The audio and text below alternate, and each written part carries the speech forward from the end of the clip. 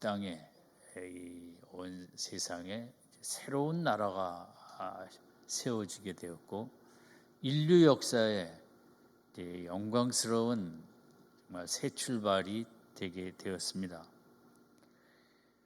구원의 역사가 이제 완성이 되었다고도 할 수 있죠. 물론 재림하셔야 더 큰 완성이지만 어쨌든 이제 새로운 나라를 하나님 나라를 이 땅에 세울 때 어떻게 세우셨을까? 귀한 일꾼이 있어야 되지 않겠습니까? 고구려의 주몽이 나라를 세울 때도 그의 곁에 이제 용감한 장수들이나 나라를 세우는데 도움을 줄 수 있는 일꾼들이 있었고, 또 지금 우리나라나 많은 나라가 대통령이 이제 당선돼서 새로운 정부를 시작할 때 어떤 일꾼들과 같이 시작하는가, 이제 그런 게 중요하죠. 마찬가지로 구원의 역사를 시작하는데 예수님이 물론 시작하시지만 그 예수님이 오시는 준비, 그런 이제 어떻게 보면 사전 정지 작업을 하는데 어떤 일꾼들이 동원됐을까? 마태, 마가, 요한은 그런 데에 대해서는 전혀 언급을 하지 않았습니다. 누가복음만이 예수님이 하나님 나라를 이 땅에 세우는데 그것을 준비한 인물들을 1장, 2장에서 언급하는데, 그것이 우리가 아는 세례 요한의 부모인 엘리사벳과 사가랴, 또 시몬, 또 안나 선지자, 또 어린 마리아, 뭐 이렇게 되겠죠. 근데 어쨌든 여기서 특이한 현상은 노인네들이었다는 거죠. 그 영광스러운 하나님 나라를 시작하는 그 기초 작업을 하는 사람들이 누구였냐? 젊고 유능하고 공부 많이 하고 이런 분이 아니라 인생을 다 외롭고 힘들게 살다간 할머니들, 할아버지들, 물론 마리아는 소녀였지만 새 시대의 역사를 열 장본인들은 할아버지 할머니들이었다. 노인네들이었다. 그 중에서도 이제 우리가 생각하고자 하는 그 어머니들이 이제 그 안나와 또 엘리사벳이라고 할 수 있죠. 그래서 누가복음은 우리가 하나님 나라를 세워가는데 지금도 마찬가지죠. 젊고 힘있고 뭐 잘 움직이고 이런 분들도 세워가겠지만 오히려 힘도 없고 연약하지만 평생 믿음으로 잘 달려온 나이 많은 사람들이 이 하나님 나라를 열었다는 것이죠. 그것이 누가복음이 강조하는 것이고, 저도 이 부분을 생각하면서 상당히 큰 제 마음에 감동이 있었습니다. 나라를 크게 세우는데 얼마나 세상적인 조건과 자격을 많이 요구하겠습니까? 그런데 하나님 나라는 한평생 이름도 없이 빛도 없이 그저 하나님만 붙잡고 살았던 우리 나이 많은 어머니들, 나이 많은 아버지들을 통하여 누가복음 1장, 2장은 새 시대를 열고 새로운 역사를 열었다는 것입니다. 그래서 참 누가복음 1장, 2장에 아주 귀한 의미를 우리에게 전해주고 있는 거죠. 그래서 오늘 세 어머니를 생각하겠는데, 세례 요한의 어머니 엘리사벳과 또 결혼한 지 7년 만에 과부가 된 이 안나라는 어머니와 또한 나이는 소녀였지만 이제 마리아 세 어머니를 생각하고자 합니다. 이들은 어떻게 해서 그런 영광의 역사를 여는 그 중요한 자리에 설 수 있었을까? 이들은 정말 어떤 어머니의 길을 걸어갔기에 세 사람 다 역사상 가장 위대한 자녀를 탄생시킬 수 있었을까? 역시 우리 자녀들이 뭐 다 그런 건 아니더라도 아무래도 에디슨이나 아인슈타인이나 뭐 여러 분들 보면 대부분 미국의 대통령들도 그렇고 대부분 기도하는 어머니, 그런 믿음의 어머니들이 링컨도 그렇고 그렇게 귀한 일꾼을 만들어내듯이 귀한 아들을 이제 일꾼으로 만들어냈죠. 이 세 어머니는 세례 요한의 어머니 엘리사벳은 예수님께서 여자가 낳은 중에 제일 큰 자라고 그랬거든요. 세상에 그런 아들을 배출했다니 얼마나 그 어머니는 축복이었겠습니까? 어떻게 해서 그 어머니는 그런 축복의 아들, 여자가 낳은 자 중에 가장 큰 자가 되는 아들을 낳을 수 있었을까? 마리아는 그 어린 소녀였지만 그가 어떤 어머니의 길을 걸어갔을까? 그런 그 예수님을 온 인류의 구세주로 세우기까지 그가 걸어간 어머니의 귀한 길, 또 이 안나도 마찬가지거든요. 그런 세상에서 어떻게 보면 가장 정말 절망적인 자리에 갔죠. 남편도 죽고 아마 자녀도 언급이 없는 거로 봐서는 없이 7년 살다가 과부가 된 것 같습니다.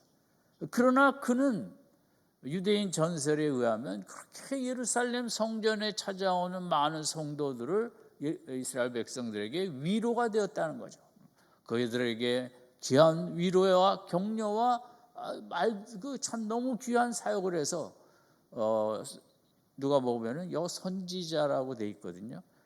여러분, 말라기 이후에 이스라엘 백성의 남자 선지자도 없었습니다. 그런데 이 쓸쓸했던 과부가 선지자 반열에 올라 육신의 자녀는 없었지만 다시 당시에 영적으로 귀한 자녀들을 많이 세우는 정말 또 대단한 어머니의 영적인 모습이지만 어머니의 길을 가게 됐죠.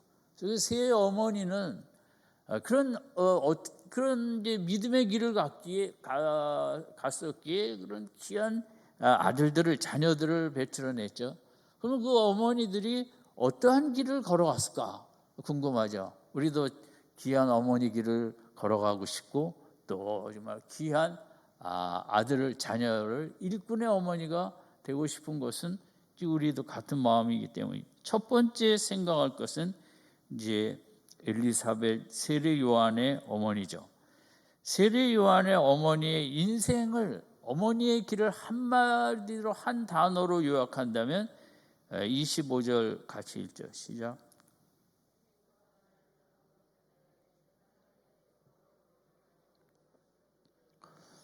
이 부끄러움이라는 단어입니다. 세례 요한을 낳음으로 부끄러움을 하나님께서 없게 하셨다. 그 말은 평생 부끄러운 삶을 살았다는 거죠. 정확한 세례 요한을 낳은 나이는 우리가 알 수 없지만 당시대적으로 아기를 못 낳는다는 것은 최고의 저주에 해당하는 거죠. 죄가 있었다는 거죠. 사람들이 수군거리기에. 우리는 모르지만 하나님만이 아시는 은밀한 죄가 있을 것이다.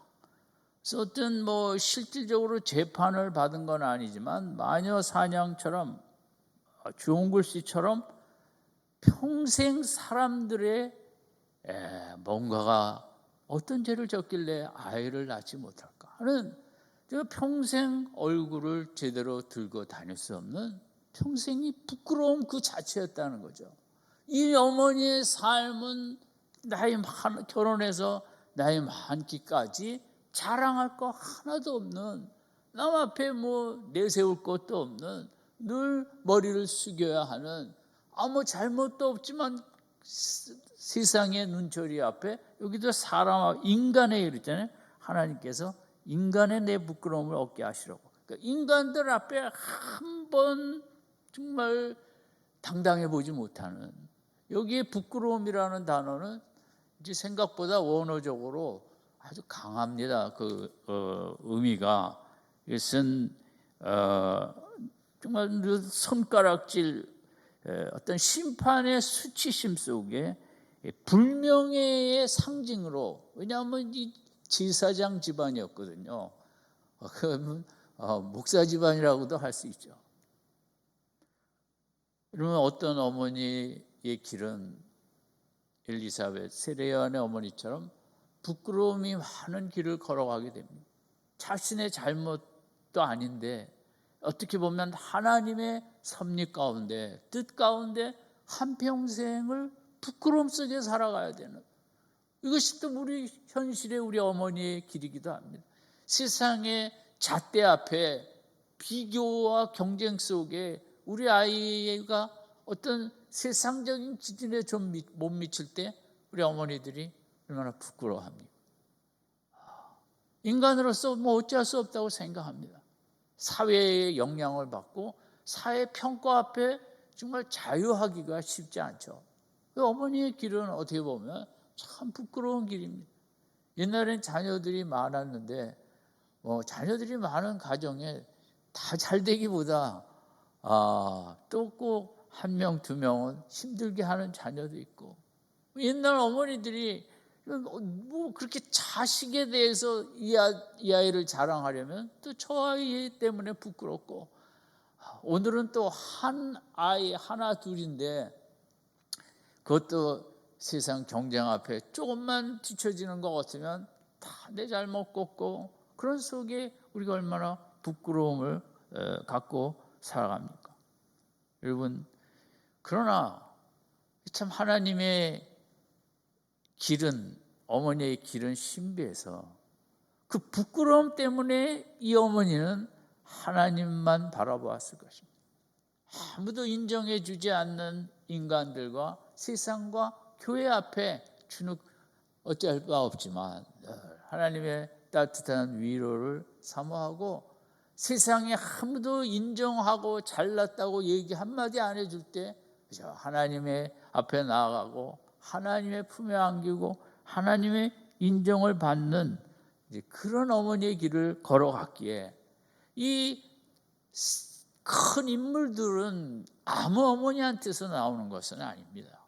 그런 많은 눈물의 기도와 믿음의 연단이 된 어머니를 통하여 큰 인물들이 나오지, 성경적으로 뭐 엉터리로 사는데 큰 하나님의 일꾼이 나온다, 그런 건 없습니다. 세상은 가능할지 모르겠지만 어쨌든 부끄러운 만큼, 자랑할 거 없는 만큼 그러기에 하나님께 마음을 다 쏟아붓고, 이러면 우리가 아이 문제 때문에 얼마나 부부가 싸우기도 합니까마는 이 부부는 까지 한날 한날 이 남편도 얼마나 참 같이 부끄러웠겠습니까?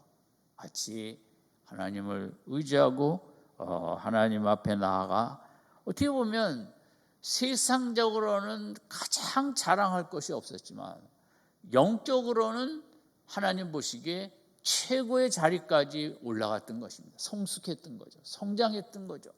우리가 언제 영원히 자라나, 자랑할 거 많으면 자랑하다가 우리 영혼이 나태하고 떨어지죠. 우리가 오히려 부끄럽기 때문에, 우리가 문제가 있기 때문에 하나님을 더 붙잡게 되고 우리의 믿음이 성장하고, 세상적으로 보면 가장 낮은 등급에 갔지만 영적으로는 가장 높은 등급 자리까지 올라간 거죠. 그런 다음에 세례 요한이 나오는 것입니다.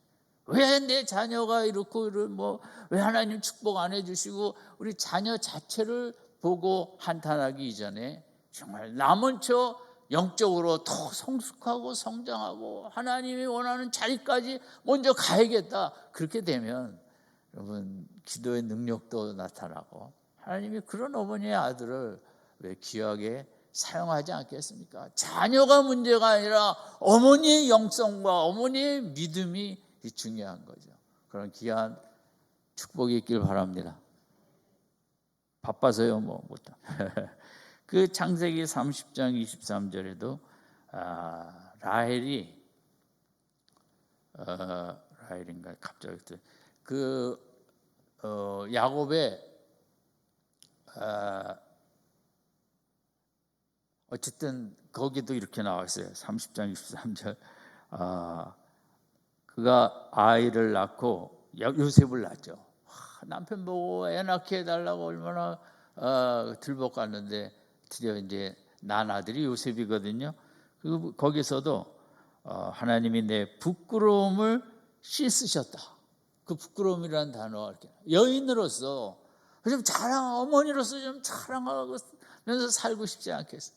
그런데 하나님은 한 번도 할 수 없는 부끄러움 속에, 여러분 지금 부끄러운 것들이 많이 있으니까 감사하십시오.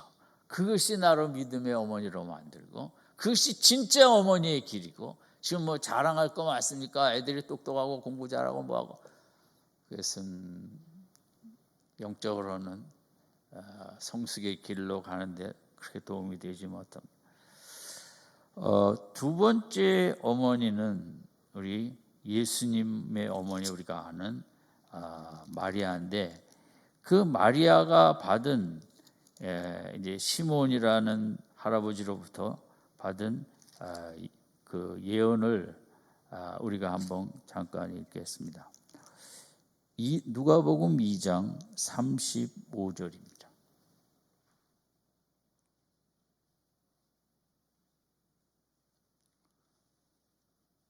같이 읽죠. 시작.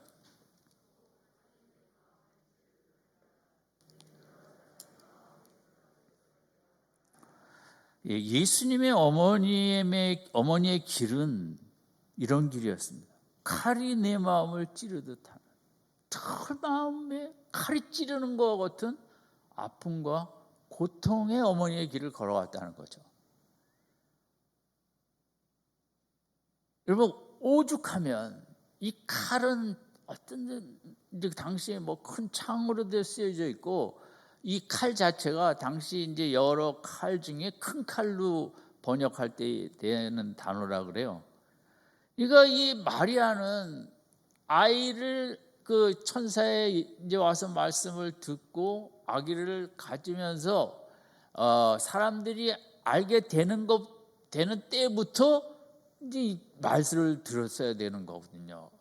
수근수근대고 뭐하고, 정말 그 어린 나이서부터 어머니가 되는 길은 너무 힘든 거죠. 얼마나 힘들면, 물론 본문은 십자가의 모습을 보면서 칼이 마음을 찌르는 아픔과 고통을 겪는다는 그거를 해석을 합니다만, 딱 그때뿐이겠습니까?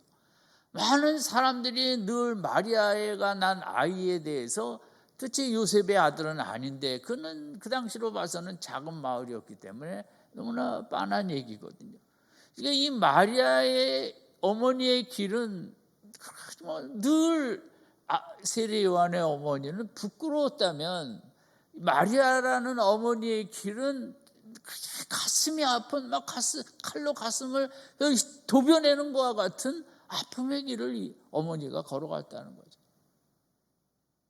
물론 예수님이 어떤 문제를 일으킨 적은 없지만, 공생에 나가서도 사역을 하면서도 들리는 소리는, 이 사람들이 비난을, 종교 지도자들이 귀신왕 바알세발의 힘을 받았다, 당신 아들이 귀신 들렸다는 거거든요. 그런 얘기를 들었어야 했어요. 얼마나 가슴이 아팠어요.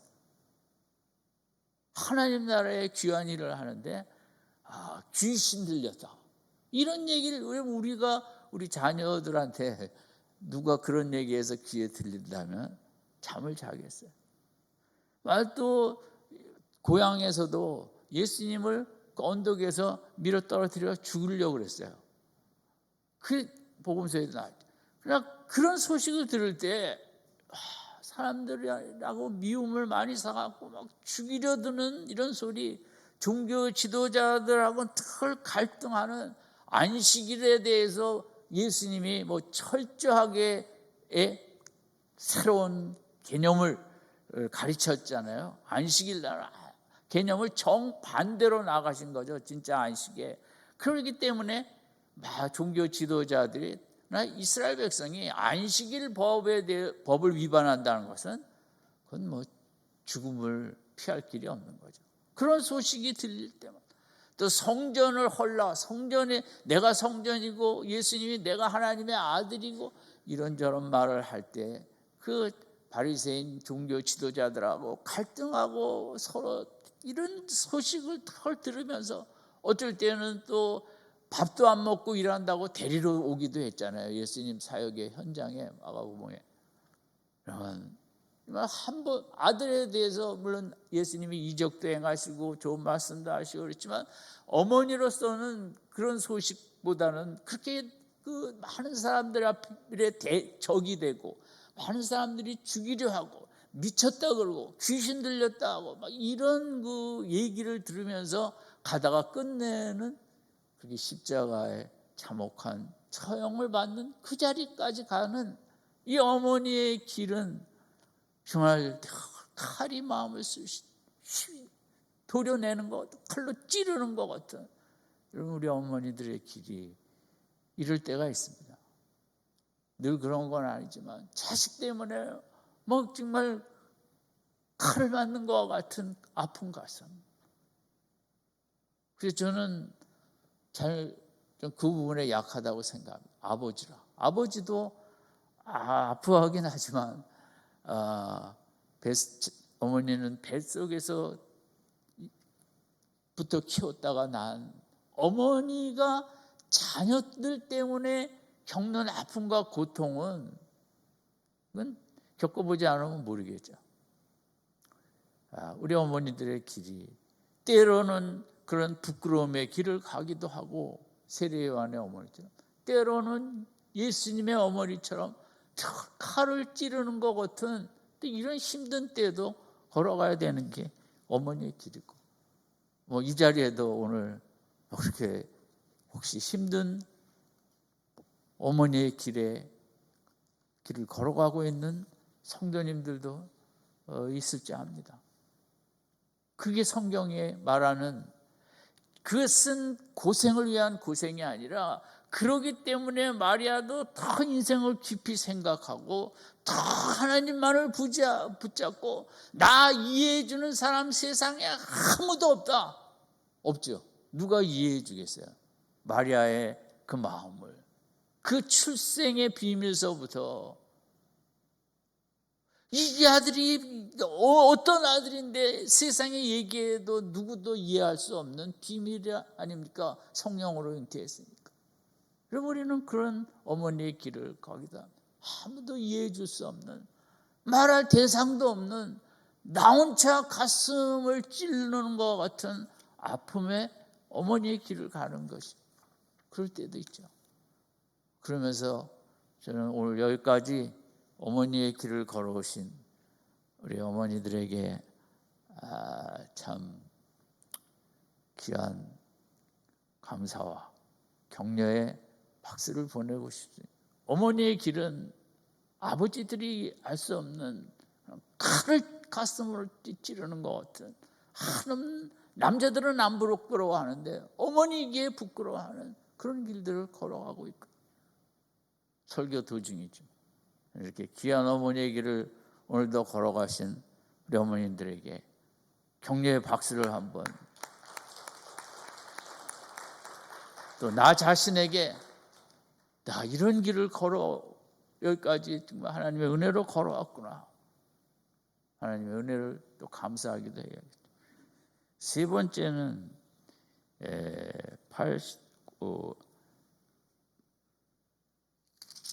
안나의 얘기인데 거기 보면 이제 32장 36절 37절 같이 읽겠습니다. 시작. 또 아셀 지파 2장 36절인데 시작. 또 아셀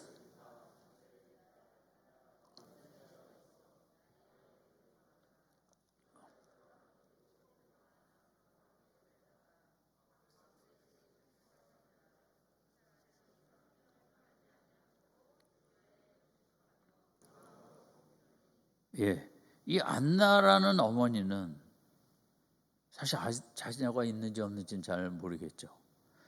그러나 그가 출가한 지 7회 만에 과부가 되고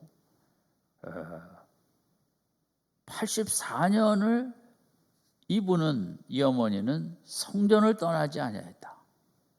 그러니까 모든 예배 성전에 여자가 있을 수는 없으니까 모든 예배에 그렇게 그 자리를 지켰다는 거거든요. 우리 어머니의 자리 중에 집만 잘 지키는 게 아니고 직장 생활도 잘 지켜야 하는 자리겠지만 어머니들의 축복의 자리는 성전의 자리를 지키는 축복이 대단한 축복이에요. 어떻게 해서든지 세상은 지금 부부가 같이 일하면서 한국 어머니들에게 이걸 많이 빼앗아 갖고, 또 여건은 되는데도 성전의 자리를 떠나지 아니하고 지키는 이 축복을 받아야 되는데, 그렇지 않은 어머니들은 좀 새 출발을 해야겠죠. 주야에 금식하며 기도로 섬기더라. 그의 삶 자체가 뭐 자식도 없는데 무슨 금식을 할고, 자식도 없는데 뭐 기도 제목도 없을 것 같은데 이렇게 기도를 했다는 거죠. 저는 이분의 경우는 어린 나이에 과부가 됐습니다. 당시 과부가 됐다는 건 완전 미래가 없다는 얘기죠. 왜냐하면 당시에는 자식이 미래의 보험이요 보증인데 남편도 없고 자식도 없고, 이분이 이렇게 성전 중심의 삶으로 들어오게 된 것은 과부니까 그랬다. 그것도 저는 쉽게 동의하지 않습니다. 과부라고 다 믿음이 좋아지는 건 아닙니다. 얼마나 어쨌든 그 젊은 나이에 과부가 됐을 때 외로웠을까? 얼마나 적막하였을까? 얼마나 고독했을까? 전 그것이 축복이었다고 생각합니다. 우리는 세상적으로 뭐 이것도 잘 되고 저것도 잘 되는 게 늘 친구도 있고 뭣도 있고 그게 축복이라고 생각하지만, 인간 존재의 본질로 들어가면 고독이 축복입니다. 적막한 것이 축복입니다. 이 현대인은 고독을 견디지 못합니다. 혼자 있지를 못합니다. 저 스마트폰을 꺼내든 혼자 있지 못해 저 무슨 모임을 해서 친구 모임을 가든, 교회 다니는 사람들도 얼마나 고독할 줄 모르고 저 뭐 5년 전 구역 만나러 가고 10년 전 구역 만나러 가고 그런 거 많이 봤습니다. 물론 나쁜 건 아닙니다만은 하나님을 만난다는 것은 고독해야 만납니다. 혼자 있을 줄 알아야 만납니다. 혼자 있을 줄 모르고 예수 이름으로 뭐 이런 모임 저런 모임 다 다니면서 하나님 만나기 힘듭니다. 인간이 받는 축복 중에 가장 귀한 축복의 하나가 고독이라고 생각합니다. 제가 목회를 하면서 내가 받은 최고의 축복은 무엇이냐? 고독했다는 것을 들고 싶습니다. 목회의 길은 고독합니다. 말을 할 수가 없습니다. 말을 듣기만 해야 되고, 비난과 이런 걸 떠나서 정말 나 혼자밖에 없구나, 나 홀로구나, 하나님밖에 없구나, 대화할 리가. 이런 목회자 신날 것 같죠? 하나도 신나는 것도 없습니다. 좋지 않은 말이나 많이 들어야 되고, 또 설교 못하면 또 뭐 잘못한다고 뭐 하면 뭐 한다고, 그런 모든 속에 인간 존재 자체도 고독하지만 그 목회의 길이라는 게 참 고독한 길이고, 그게 축복이다. 목회자의 고독하고 외롭기 때문에 하나님을 자꾸 만나는 거거든요. 그것이 최고의 축복이지 다른 건 없다고 생각합니다. 이 어머니도 혼자 된 다음에 뭐 얼마나 외로웠을까, 얼마나 고독했을까. 그런 속에 저는 이제 선택을 했다고 생각합니다. 37절 하나님을 예배를 떠나지 말자, 예배드리다 죽자, 기도하다 죽자. 이 37절 이르다 보니까 38절 이제 아기 예수가 나올 때 그 아기 예수가 누군지 알았던 거죠. 아무나 아기 예수 안 사람은 없습니다. 당시 그 시므온 앞에 생각한 그 칼이 내 마음을 찌를 거라고 예언했던 그 시므온과 이 할머니 둘이죠. 그래서 38절에도 보면 마침 이때 나와서 하나님께 감사하고 예루살렘의 구속함을 바라는 모든 사람에게 구속됨을, 그러니까 예루살렘에 경건한 사람들이 있었다는 거죠. 이 사람들하고 친했겠죠. 이삭이 안 나는 그런 경건한 사람들과 더 경건하도록 교제를 했겠죠.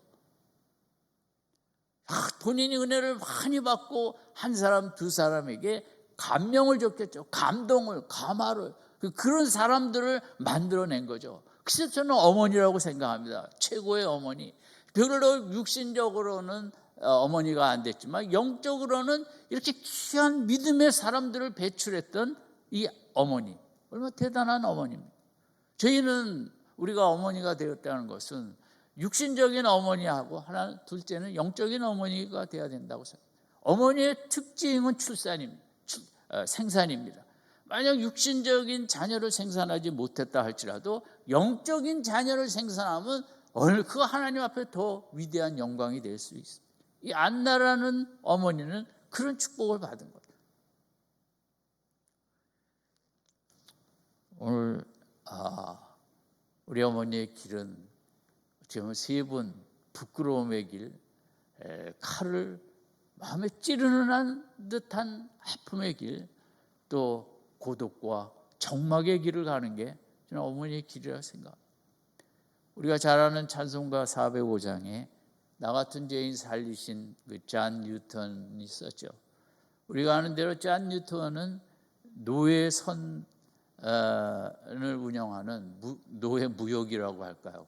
정말 유럽 사람들 지은 죄는 제가 볼 때 영원토록 정말 벌 받아야 될 죄를 너무 많이 졌죠. 당시에 아프리카에 3천만 명을 넘겼죠. 아메리카 대륙 쪽으로. 그렇게 잔인했던 거죠. 그러니까 아프리카가 발전을 오늘날 더디게 한 데는 그 노예 건강하고 젊은 남녀 그 당시에 3천만 명을 끌어갔으니 뭐가 남았겠습니까? 아프리카에. 어쨌든 이 아내는, 이 존 뉴턴의 어머니는 믿음이 좋았던 것 같아요. 남편이 노예산 무역을 하며 배로 수많은 일을 할 때 아마 정말 믿음의 어머니였기 때문에, 아내였기 때문에 힘들었겠죠.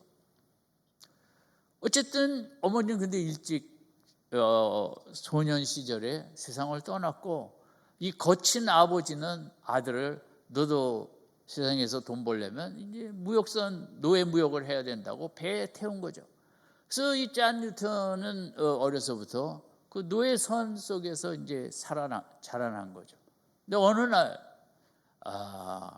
말할 수 없는 큰 폭풍우가 다가왔을 때 이제 다 죽었구나 하는 그 시점에 이 존 뉴턴이 기도를 합니다. 그냥 거칠게 자라났으니까 어릴 때 어머니의 믿음의 모습을 본 것, 기도의 모습을 본 것밖에 없어요. 그가 기도할 때 하나님이여 나를 불쌍히 여기소서가 아니라 어머니의 하나님이여 나를 불쌍히 여기소서 이렇게 기도했다는 것입니다. 울부짖었다는 거죠. 하나님을 찾을 수는 없고, 그러나 어머님과 그렇게 붙잡았던 어머니를 통해서 느꼈던 하나님, 어머니의 하나님이라면 나를 구원해 주실 것이 반드시 구원할 수 있을 것이다.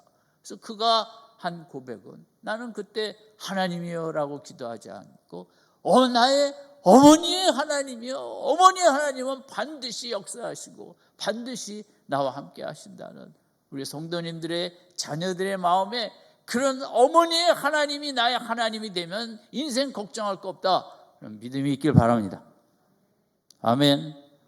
그 중요한 거죠. 어려서 많이 보지는 않았지만 어머니와 하나님과의 그 깊은 관계, 어머니의 하나님, 야곱의 하나님이 나와 함께하면, 아마 요셉은 그렇게 생각했을까요? 아버지의 하나님, 나의 아버지 야곱의 하나님. 여러분, 어머니의 길을 가시려면 얼마나 고생이 많으십니까? 힘이 드십니까? 그런 속에 대충 가지 마시고 저기 믿음을 붙잡고, 외롭고 적막한 고독 속에 하나님을 더 붙잡고, 가슴이 찔리는 듯한 아픔에서 하나님을 더 붙잡고, 부끄러움 속에서도 하나님을 붙잡고, 어머니들이 먼저 영적으로 귀한 성장의 모습을 보이고, 그리고 말씀처럼 그런 어머니들을 통하여 세례 요한, 예수님, 또 귀한 영적인 이런저런 무리들을 낳았던 안나처럼 오늘 새 시대를 열었던 새 어머니들의 축복이 우리 어머니들 속에 충만하시기를 주님의 이름으로 축원드립니다. 기도하겠습니다. 하나님 아버지, 힘든 어머니의 길을 걸어가는 우리 성도님들을 축복하시고 붙잡아 주시고 외롭고 고통의 마음과 적막과 외로움 속에 세상으로 채우지 아니하고 하나님과 씨름하여 어머니들도 영광으로 자식들도 영광의 자리에 세워지는 우리 모든 미랄 가정되도록 축복하여 주시옵소서. 예수님의 이름으로 기도드립니다. 아멘.